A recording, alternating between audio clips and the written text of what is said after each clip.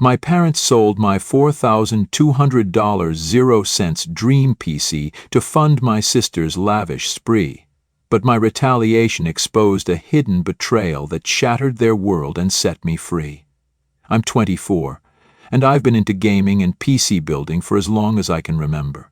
It's not just a hobby, it's been my passion since I was a kid. I've spent years saving up from part-time jobs, freelance gigs, and every birthday or holiday gift I could stretch to build what I called my dream rig, a custom $4,200 0-cents gaming PC. It wasn't just about gaming either. I used it for freelance video editing, which helped me earn extra cash and learn skills for the future. Now, let me introduce you to my family. My parents are the classic "we know what's best" types, but their definition of best usually revolves around my younger sister, Chloe. Chloe is 19 and has always been the golden child. If you've ever met someone who thinks the world revolves around them, that's her. She's all about designer clothes, expensive shoes, and anything trendy. My parents bend over backward to make sure she has everything she wants, even if it means stepping on me to do it. I grew up in a house where it was always clear Chloe came first. They'd secretly funneled my savings into her account, a betrayal I'd soon uncover. My mom would say things like, "You're older, you can handle disappointment better," or "You're a boy, you don't need as much." I got used to it and figured, whatever, I'll just work hard for what I want. I didn't resent Chloe. I just focused on my own goals and stayed out of their way. Fast forward to a few weeks ago. It was a regular Friday. I'd been out with my friend Noah. He's my best buddy and the guy I game with the most. We were talking about the next big gaming tournament we wanted to join, and even brainstorming strategies for how we dominate. I got home that afternoon ready to hop on my PC and start practicing, but when I walked into my room, there was the surprise. My desk was empty. My PC, my monitor, my peripherals, everything was gone. For a second I thought I'd been robbed, but nothing else in the house seemed out of place. I ran downstairs to find my parents sitting in the living room, casually chatting over tea like it was just another day. "Hey, where's my computer?" I asked, trying not to freak out. Mom glanced at me, not even remotely bothered. "Oh, we sold it," she said. I stared at her, trying to process what I'd just heard. "You what? Sold it? What do you mean you sold it?" Dad sighed like I was being dramatic. "Your sister needed new clothes for an event. We didn't have the money, so we sold the computer. It was just sitting there. My voice got louder. "That computer wasn't just sitting there. I worked for years to build it. I use it for my freelance work." "Don't take that tone with us," Mom snapped. "We're your parents, and we did what was best for the family. Chloe has an important event, and you can always save up for another computer." I couldn't believe what I was hearing. Save up for another one? Do you even understand how much time and effort went into building that PC? And what about my work? How am I supposed to meet deadlines now? And what is this event for Chloe that's more important than my computer? Dad, in full dad mode, waved me off. "Freelance work isn't a real job anyway. You spend more time playing games than working." They always said that, and I didn't care. Gaming was part of my life, sure, but that PC wasn't just for fun. It was how I earned money and built something entirely my own. The fact that they couldn't see that or didn't care was like a slap in the face. I stormed back to my room, but I couldn't calm down. I texted Noah to tell him what happened. He was just as shocked. "Dude, that's insane. They didn't even ask you first." "Nope, just sold it for Chloe's stupid event," I replied. "She's so spoiled, man. You should have hidden the PC or something." Hindsight, right. But at that moment, all I could think about was how years of effort were wiped out in an instant, and no one in my family seemed to care. That night, I decided to confront Chloe. I walked into her room, and there she was, spinning around in front of her mirror in one of her new dresses. "Do you even know what Mom and Dad did to buy you all this stuff?" I asked, leaning against her doorframe. She barely glanced at me. "What are you talking about?" "They sold my computer. My $4,200 0-cents gaming rig, gone, just so you could have your designer haul." She shrugged, still admiring herself. "So? It's just a computer. You can always build another one." I couldn't believe her indifference. That wasn't just a computer, Chloe. It was years of saving, working, and building. It was my livelihood. Not my problem, she said with a smug grin. It's not like I told them to sell it. She paused for a second, her tone turning defensive. Besides, it's not my fault they thought it was a good idea. They're the ones who actually sold it, not me. Her words made my blood boil. You mentioned it, didn't you? You knew exactly what they'd do, and you let it happen. Chloe rolled her eyes like I was being dramatic. Oh, please, don't act like I control what Mom and Dad do. If they sold your precious little computer, it's because they thought it was the best choice. That's on them, not me. I stood there, staring at her. I couldn't believe how heartless she was. I'd soon discover Chloe had secretly pawned my old laptop, a betrayal that cut deeper than I knew. I walked out before I said something I'd regret. Talking to Chloe was pointless. She didn't see the problem, because she'd never had to work for anything in her life. Everything she wanted was handed to her on a silver platter, and my parents were happy to keep it that way. Over the next few days, things at home were tense. My parents acted like nothing happened, while Chloe paraded around in her new clothes. Every time I thought about how casually they decided to sell something so important to me, my frustration grew. Noah kept checking in, trying to keep me grounded. You gotta do something, man. Don't let them get away with this. And yeah, here I am, right now. I think Noah is right. I couldn't just sit back and let them treat me like a doormat. I found a bank receipt showing they'd diverted my earnings to Chloe, a sting I couldn't ignore. If my parents thought they could walk all over me, they were about to learn otherwise. The days that followed were rough.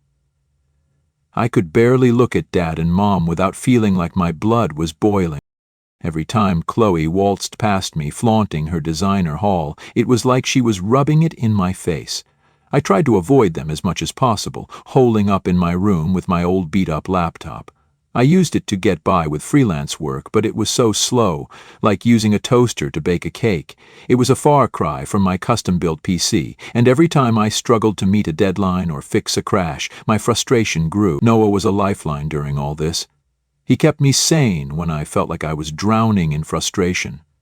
He'd uncovered a lie they told about my PC's buyer, fueling my resolve to fight back. One night, as I was venting to him again about how ridiculous my family was being, he said, "You know what? It's not personal, Aaron. It's strictly business.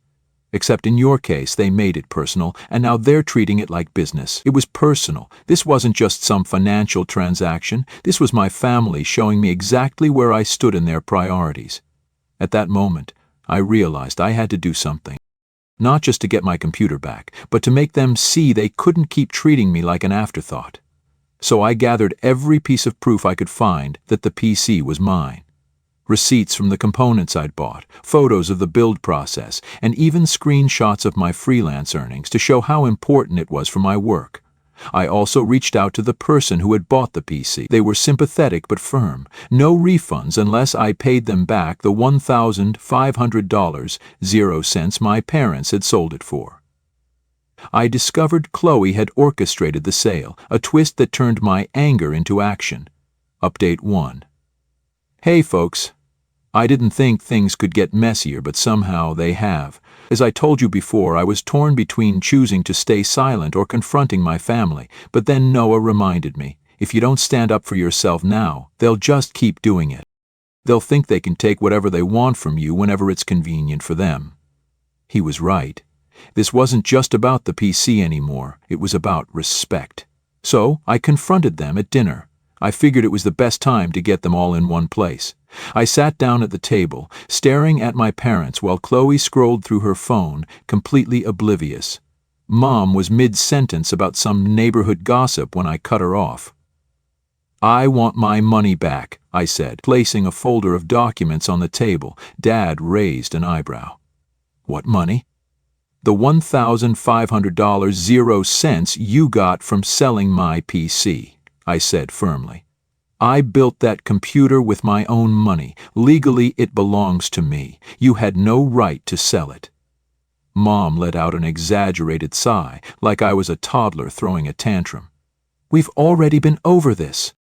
Your sister needed help and we made a decision as a family. No, you made a decision for the family without asking me, I shot back. That's theft, plain and simple. Dad leaned back in his chair, his face darkening. Watch your tone, boy. We're your parents. Everything in this house belongs to us. You live under our roof, so technically that computer was ours. That's not how it works, I said, keeping my voice steady even though I wanted to scream. I pulled out a receipt and held it up. This says I paid for the parts with my own money.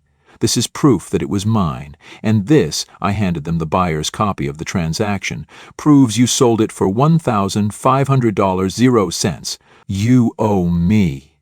Mom gasped, like I just told her I was disowning them. How dare you accuse us of stealing? We did this for Chloe. She's your sister. Family is about sacrifice. Oh, it seems like I'm the only one making sacrifices, I snapped. Chloe gets everything handed to her, and I'm expected to just roll with it, not anymore. Either you pay me back, or I'll take legal action. You wouldn't dare, Mom hissed. Try me, I said, locking eyes with her. Chloe, who had been silent up until now, finally chimed in. Oh my God, are you seriously threatening Mom and Dad over a computer? You're pathetic. No, I said, glaring at her. What's pathetic is that you're perfectly fine with taking advantage of someone else's hard work without a second thought. You knew what they did and you didn't care. She rolled her eyes. It's not my fault they decided to sell it. I didn't make them do anything. You mentioned it to them. You knew exactly what you were doing, Chloe. She gave me an attitude. I only mention your computer because you're always complaining about how busy you are with work. I thought you'd appreciate the break. Her voice was calm, like she was the victim here. Appreciate the break? I said, my voice rising. Do you even hear yourself? That computer was my livelihood. Chloe smirked, unfazed. Wow, you're twisting this into my fault. You're the one who's always talking about how you're independent. I figured you wouldn't mind helping out the family for once. Isn't that what being independent is all about? My fists clenched under the table. Helping out? You didn't need a designer haul, Chloe. You just wanted it. There's a difference, she scoffed. Maybe you're just mad because I know how to get what I want and you're too busy sulking to figure it out. Don't blame me for being better at this than you. I swear I almost slapped her, but Dad slammed his hand on the table, making everyone jump. Enough! We'll pay you back, but don't expect anything else from us. You're on your own from now on. I laughed bitterly. I'd been on my own for years. The difference now is I'm done letting you take advantage of me. The next day they handed me $1,500, 0 cents in cash, their faces tight with anger. I took the money without a word. It wasn't a victory, but it was a step forward. I contacted the buyer again and they agreed to sell the PC back to me for the same price. Picking it up felt like getting a piece of my identity back. But as much as I loved having my rig again, I now know things won't go back to the way they were. My parents and Chloe aren't going to change, and I can't keep living under a roof where I'm treated like a second-class citizen. It's time to figure out my next move. I uncovered a text from Chloe to Mum, plotting to sell my next rig, pushing me to act fast. Update 2. Hey again. So after my last update, I started brainstorming ways to get out. I knew moving out wasn't going to be easy. I didn't have a huge savings cushion, and rent wasn't cheap, but I had my freelance work and I was determined to make it work. I called Noah. He had been my sounding board through this whole mess, and I knew he'd have ideas. Dude, you need to get out of there, Noah said as soon as I told him my plan. You can crash at my place for a bit if you need to. Thanks, man, but I think I need my own space. I've been living under their thumb for too long. I just need to figure out how to swing it financially. Noah was silent for a moment, then said, What if you double down on your freelance stuff? You're good at it, and there's definitely demand out there. You could even start streaming again? He wasn't wrong. I'd dabbled in streaming before, but life had gotten in the way. Now, with my PC back and a fire lit under me, it seemed like the perfect time to give it another shot. That night, I started researching apartments. My budget was tight, so I focused on small studios or shared housing. After a few hours of scrolling through listings, I found a tiny place a few kilometers away. It wasn't much, a single room with a kitchenette and a bathroom, but it was within my price range and close enough to the city that I wouldn't feel isolated.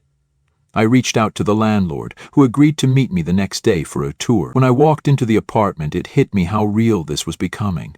The place was bare bones, but I wanted it. I signed the lease that same day and felt a weight lift off my shoulders. The next challenge was packing up my life without tipping off my family. I wasn't planning on making a dramatic exit, but I also didn't want to give them a chance to guilt-trip me into staying.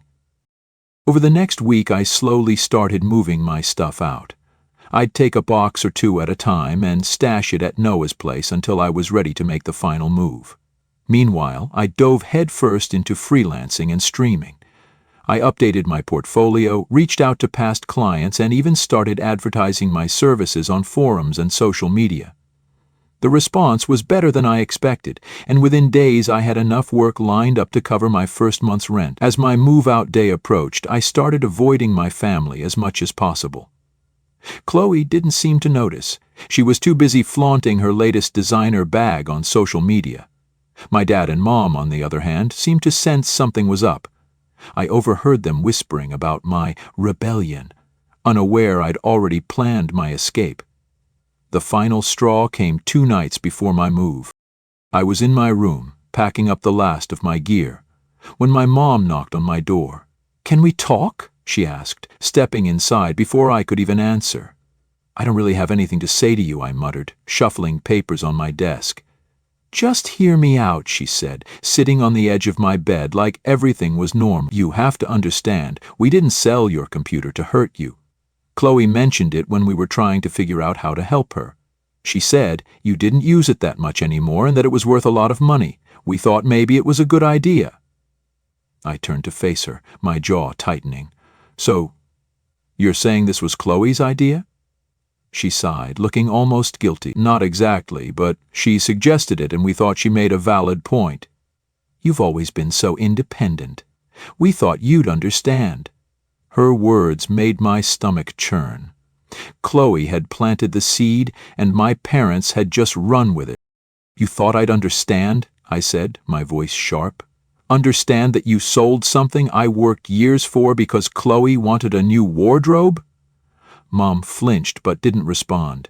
Instead, she stood up and left, as if her half-hearted explanation was supposed to make it all better. That's the kind of person Chloe was. She twists things to get what she wants. She'd act innocent, drop a hint here and there, and suddenly her ideas became my parents' plans. The morning of my move came faster than I expected. I loaded up the last of my boxes and left a note on the kitchen counter.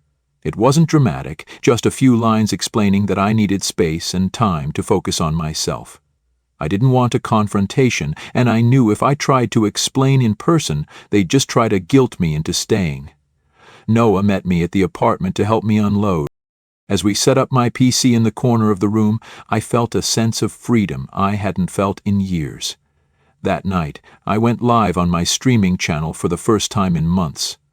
The viewer count was small, but it didn't matter. I was in my own space, doing something I loved. This is how things unfolded lately. I have a bit of a weird feeling, but I'm trying to push through it anyway. If anything pops up, I'll post an update. Final update. Hey everyone, here's an update on how things have been since I moved out. I thought leaving would be the end of the drama, but boy was I wrong. After 1 day of moving out, I had freelance gigs to tackle and a stream schedule to figure out. But there was a nagging thought I couldn't shake. Would my parents even care that I'd left? Or would they just write it off as me being dramatic? I didn't want validation from them. I'd long given up on that, but part of me still wanted to know if they'd even noticed I was gone. By mid-afternoon, I got my answer. Mom called me. When I didn't pick up, she left a voicemail. "You could have at least told us you were leaving," she said. "Your father and I are very disappointed in how you handled this. Family is about sticking together, not running away." I deleted the voicemail without finishing it. A few minutes later, Dad tried calling, but I ignored him too. Then came the text barrage. Mom started with, "You've really hurt your mother," followed by, "We've always done what we thought was best for you." Then Dad chimed in with a classic, "You're being reckless." I put my phone on silent and went back to work. I wasn't about to let their guilt-tripping derail my day, but that evening as I was setting up my stream, a new message popped up, this time from Chloe. "You left, lol. Guess you couldn't handle it. Anyway, Mom's freaking out, so you might want to call her before she has a meltdown." It was such a textbook Chloe response that I didn't even bother replying. Instead, I focused on my stream. I was starting to get a small but supportive group of regular viewers, and the sense of community they brought was something I hadn't realized I needed. People who actually appreciated my skills, who showed up just to hang out and watch me do what I loved. It was refreshing. The next few weeks were a mix of progress and lingering frustrations. On the one hand, my freelance gigs were picking up and my streaming audience was slowly growing. On the other hand, my parents wouldn't stop trying to reel me back in. The texts kept coming, alternating between guilt trips and outright anger. "You're turning your back on your family," Mom wrote one day. "Chloe's upset too. Don't you care about how your actions affect us?" Chloe upset?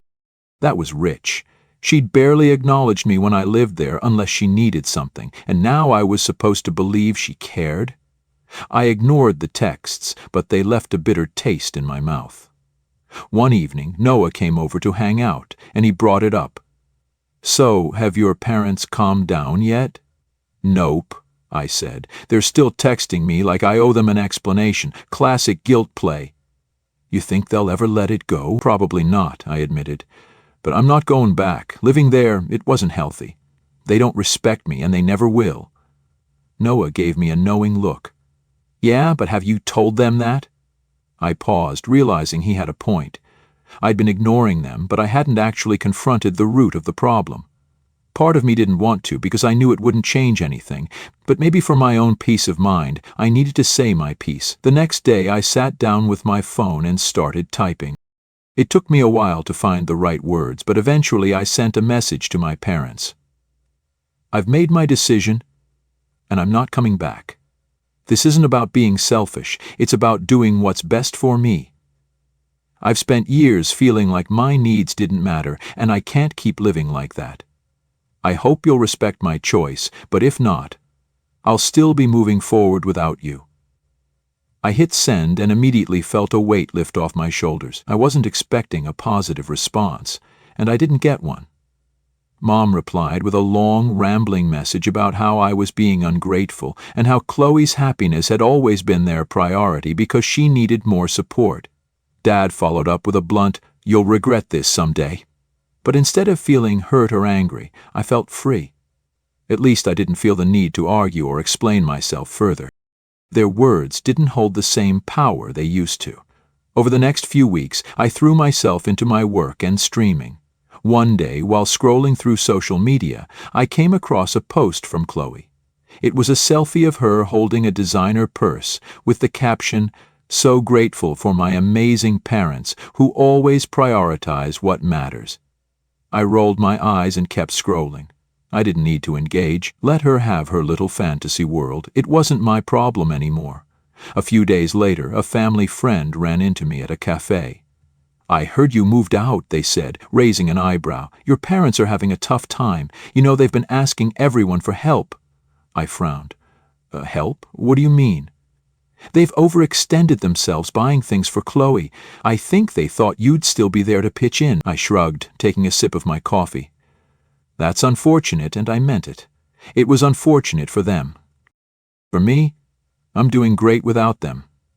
After that conversation with a family friend, I couldn't help but feel a strange sense of validation. My parents' finances falling apart wasn't something I took joy in. It just confirmed what I'd known for a long time.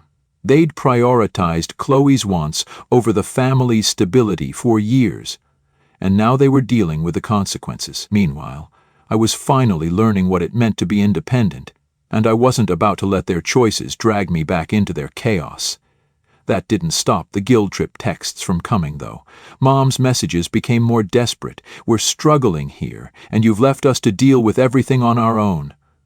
Then there was Dad's favorite line. "If you were a good son, you'd help your family in their time of need." A good son? That was rich coming from someone who couldn't even acknowledge my hard work, let alone respect it. Chloe stayed silent, though. She didn't reach out, and honestly, I didn't expect her to. She probably figured she'd let our parents do the heavy lifting and wait for me to cave. One day, Noah came over again. He had a grin like he had something big to tell me. "Guess who I ran into at the store today?" he said as we sat down. "Who?" I asked, already knowing it was probably someone connected to my family. "Your mom," Noah said, chuckling. "She cornered me by the frozen pizzas and went on this whole rant about how you've abandoned them. She even said you're being influenced by bad company, which I'm assuming is me." I rolled my eyes. "Of course she did. What did you say?"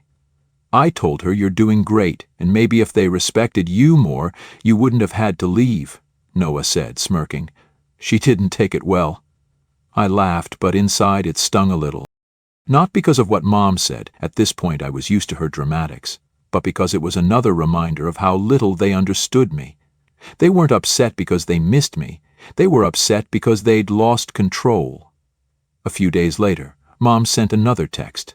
This one was different from the others. "Your sister's birthday is coming up. We'd like you to come home for dinner. It would mean a lot to her." I stared at the message for a long time. Part of me wanted to believe this was their way of extending an olive branch, but I knew better. It wasn't about reconciliation. It was about appearances. They wanted to play happy family for a night, and I was supposed to pretend everything was fine. I showed Noah the text, and he shook his head. "Don't do it, man. They're just going to pull you back into their drama." "I know," I said, sighing. I found Chloe's email to a pawn shop planning to sell my backup gear, sealing my resolve to cut ties. "Who cares what they say?" Noah shot back. "You're not living your life for them anymore. You don't owe them anything." He was right, of course. Deep down I knew that. But saying no to my family, even after everything, was harder than I wanted to admit. So I did something I hadn't done since I moved out. I called Mom. When she picked up, her voice was dripping with fake warmth. "Oh, honey, it's so good to hear from you." "Hey, Mom," I said, keeping my tone neutral. "I got your text about Chloe's birthday." "Yes." "We're having a nice dinner, just the family," she said quickly. "Chloe would love for you to be there." "I don't think I can make it," I said firmly. "I'm really busy with work right now, and honestly, I don't think it would be a good idea." There was a long pause before she responded. "You're really going to let your sister down like this? After everything we've done for you?" And there it was, the guilt card, right on schedule. "Mom, this isn't about Chloe. It's about the fact that every time I try to have a relationship with you guys, it feels like I'm the only one putting in any effort. I'm not coming to dinner because I'm done pretending everything's fine when it's not." She didn't take it well, to say the least. "Fine," she said. "If you want to throw your family away, that's your choice. But don't come crying to us when you realize what you've lost." That was the last straw. "Mom, I've spent my entire life trying to earn your approval, and it's never been enough. So no, I'm not throwing anything away. I'm just finally putting myself first. Goodbye." I hung up before she could respond, my hands shaking. It felt like cutting a rope that had been holding me back for years. I wasn't sure what would come next, but I knew I couldn't keep living in their shadow. After that call, I blocked Mom and Dad's numbers. It wasn't an easy decision, but I knew it was necessary. The constant texts and calls weren't helping anyone, and I needed space to focus on my own life. Chloe didn't even bother reaching out, which honestly made things easier. With the family drama out of the picture, I was able to throw myself fully into my work and streaming. One night, while I was streaming, someone in the chat asked, "What made you start streaming?" For a moment I hesitated. I hadn't talked about my family situation publicly. It felt too personal. But then I realized it didn't matter. "I started streaming because it's something I'm passionate about," I said, "but also because I wanted to prove to myself that I could build something on my own without anyone holding me back." The chat lit up with messages like "respect" and "you're an inspiration, dude." It felt good to know people appreciated what I was doing, not just for the gameplay, but for the story behind it. As the weeks turned into months, I noticed that I wasn't angry anymore. I still didn't want a relationship with my parents or Chloe, but I didn't feel the need to dwell on it. I thrived, but the scars of their betrayal lingered, a quiet reminder to guard my trust. One day, Noah and I were hanging out, and he asked, "So, do you think they'll ever apologize?" I shrugged. Probably not, but honestly, I don't need them to. I've built a life where my worth is mine to define, though their silence still echoes in quieter moments. And it was. Now, I'm building a life where my hard work is valued, and my passions are celebrated, not dismissed. To anyone reading this and dealing with something similar, you don't have to stay where you're not respected. You deserve better, and walking away isn't giving up. It's choosing yourself.